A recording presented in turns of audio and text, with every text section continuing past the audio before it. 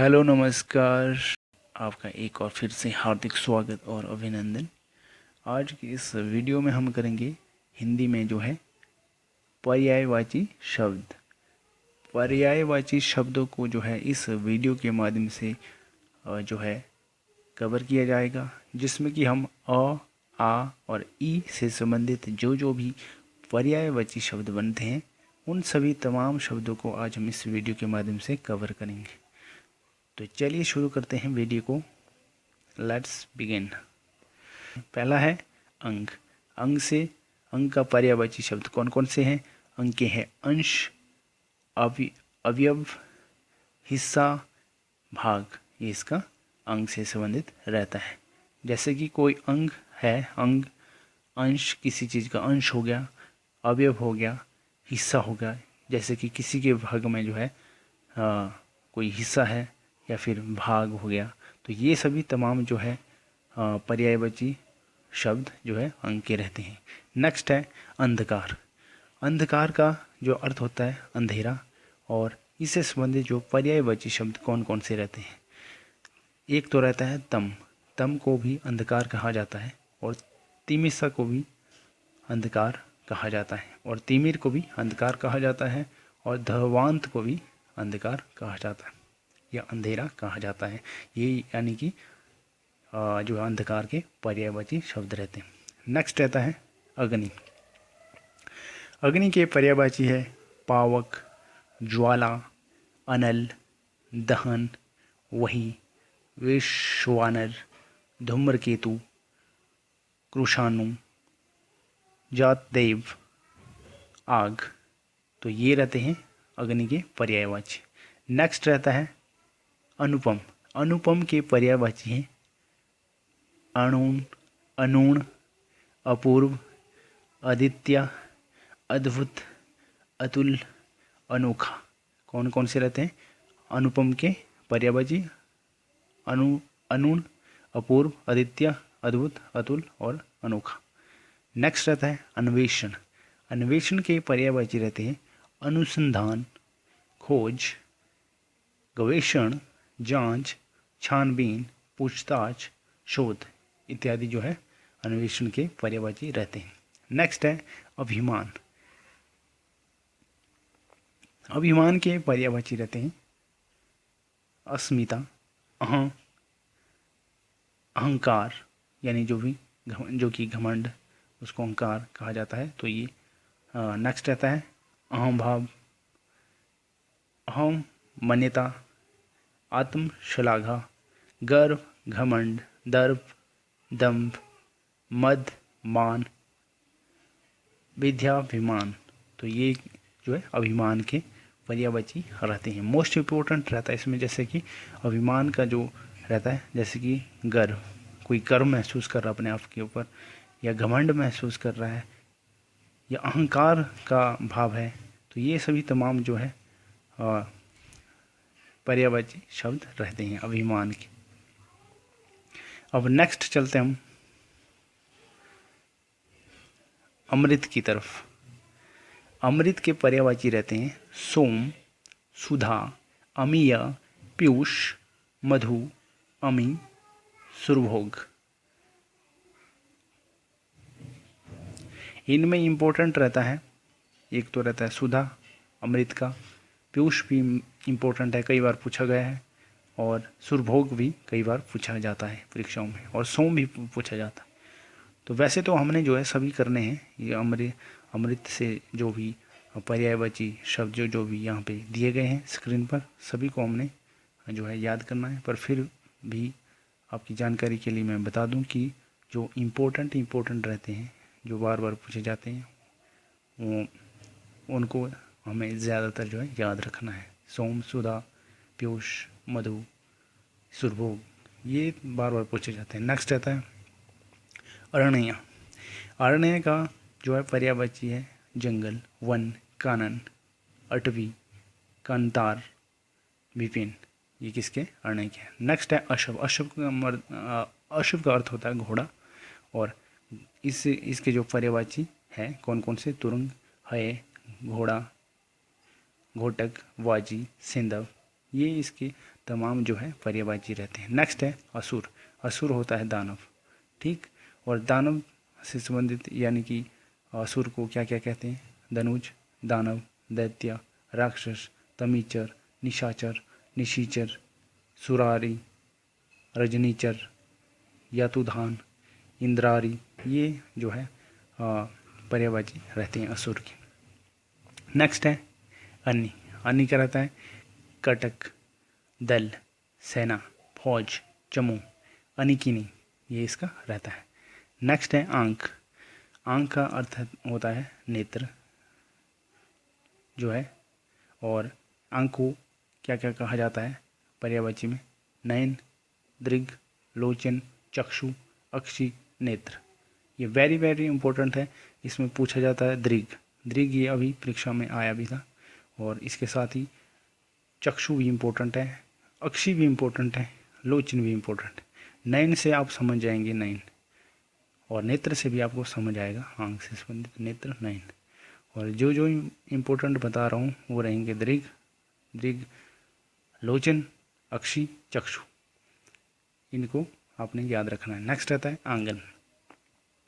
आंगन के रहते हैं जो है अंगना, अजीरा, प्रांगण, ये आंगन के रहते हैं। नेक्स्ट है आकाश। ये वेरी इंपॉर्टेंट है, कई बार पूछा जाता है। आकाश से संबंधित जो पर्यायवाची, आकाश को क्या क्या कहा जाता है? गगन, नभ, अंबर, व्योम, अंतरिक्ष, अनंत, आसमान, शून्य, पुष्कर, अभ्र, द्यौ, तारापथ, ये जो है आकाश को कहा जाता है। नेक्स्ट है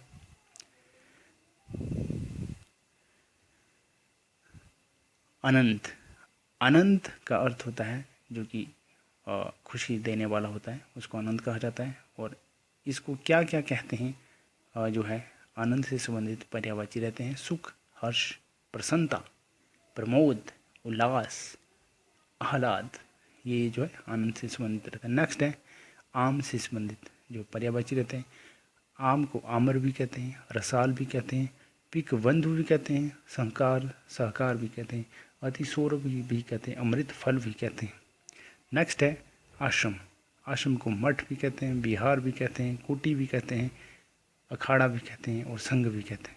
नेक्स्ट है इच्छा।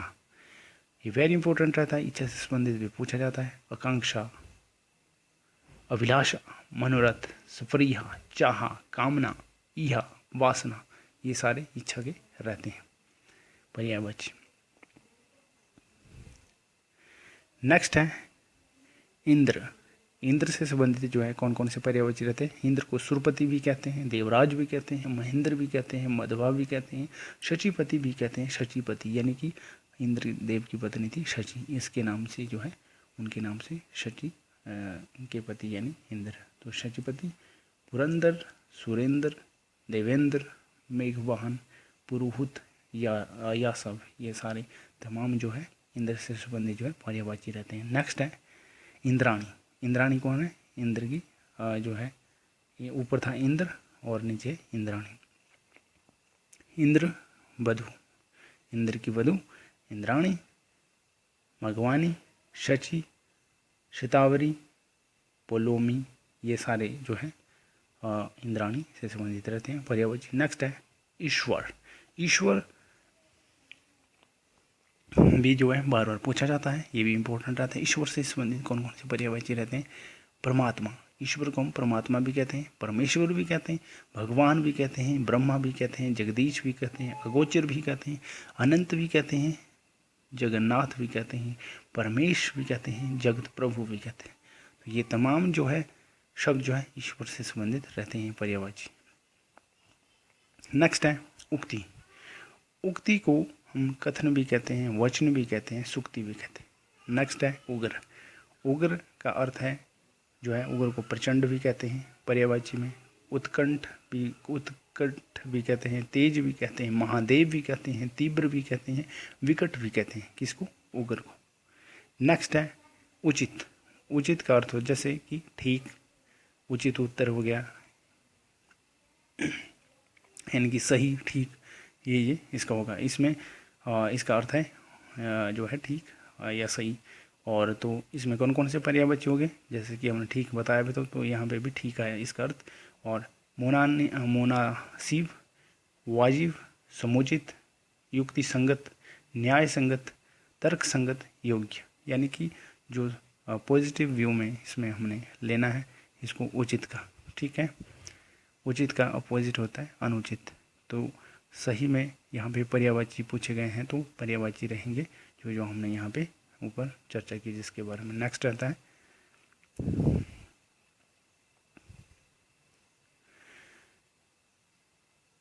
उच्छृंखल। उच्छृंखल का क्या कहता है? उदंड, अखड़, आवारा, अंडबड़, निरकुश, मनमर्जी, स्वेच्छाचारी, ये इसका रहता है। नेक्स्ट रहता है उजड़। उजड़ इसका क्या क्या रहता है? अशिष्ट, असभ्य, गुआर, जंगली, देहाती, उदंड, निरकुश, ये इसका जो रहता है। नेक्स्ट आता है उजला। उजला का क्या क्या रहता है?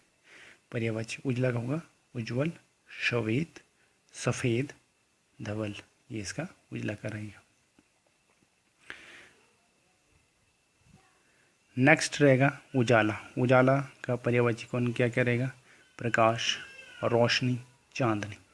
चांद क्या करता है? प्रकाश देता है रात को, और रोशनी का तो खुद ही अपने आप में जो है रोशनी प्रदान करती है, और प्रकाश भी ये भी रोशनी देता है। तो यानी कि उजाला का ये पर्यायवाची रहेंगे। नेक्स्ट है उत्कर्ष।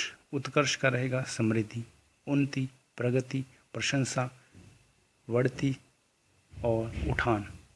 ठीक। नेक्स्ट रहेगा उत्कृष्ट। उत्कृष्ट के पर्यायवाची रहेंगे उत्तम, उन्नत, श्रेष्ठ, अच्छा, बढ़िया, उम्दा। नेक्स्ट है उत्कोच। इसका रहेगा धूम्र, रिश्वत। ठीक।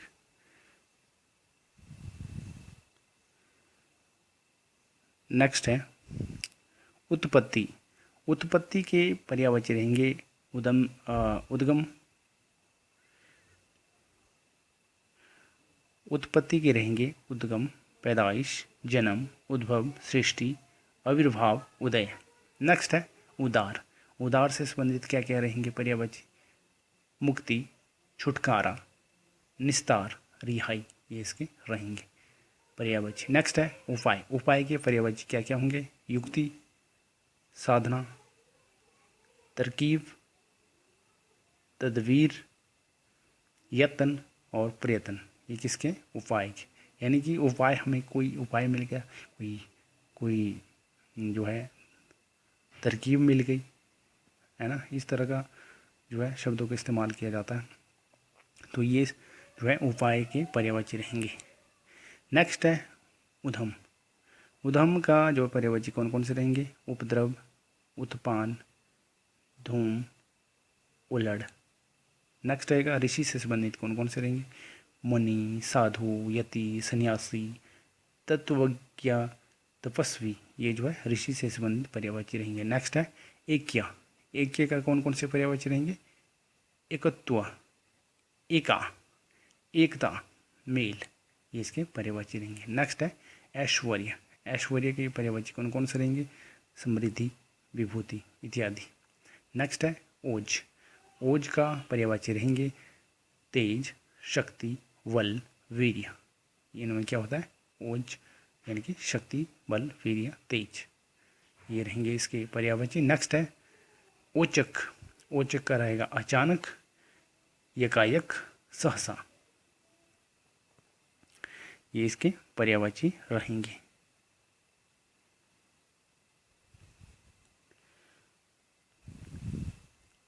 लास्ट पर्यायवाची जो रहेगा हमारा आज का पर्यायवाची शब्द, इसके बाद हम अगले नेक्स्ट पार्ट में करेंगे पर्यायवाची शब्दों को। आज की वीडियो जो है लंबी हो जाएगी, तो इसलिए हम जो है ये लास्ट पर्यायवाची रहेगा आज का हमारा। इसी के साथ ही हमारी जो वीडियो होगी ख़त्म यहाँ पे। तो पर्यायवाची है औरत। औरत का पर्यायवाची रहेगा, पर्यायवाची शब्द है औरत, और इसके जो पर्यायवाची शब्द रहेंगे स्त्री, जोरू, जैसे बोलते हैं ना जोरू का गुलाम, तो जोरू किसके लिए उपयोग हुआ है ये शब्द का प्रयोग, तो औरत के लिए हुआ है। और घर नहीं, घर वाली, ये इसके जो है पर्यायवाची शब्द रहते हैं।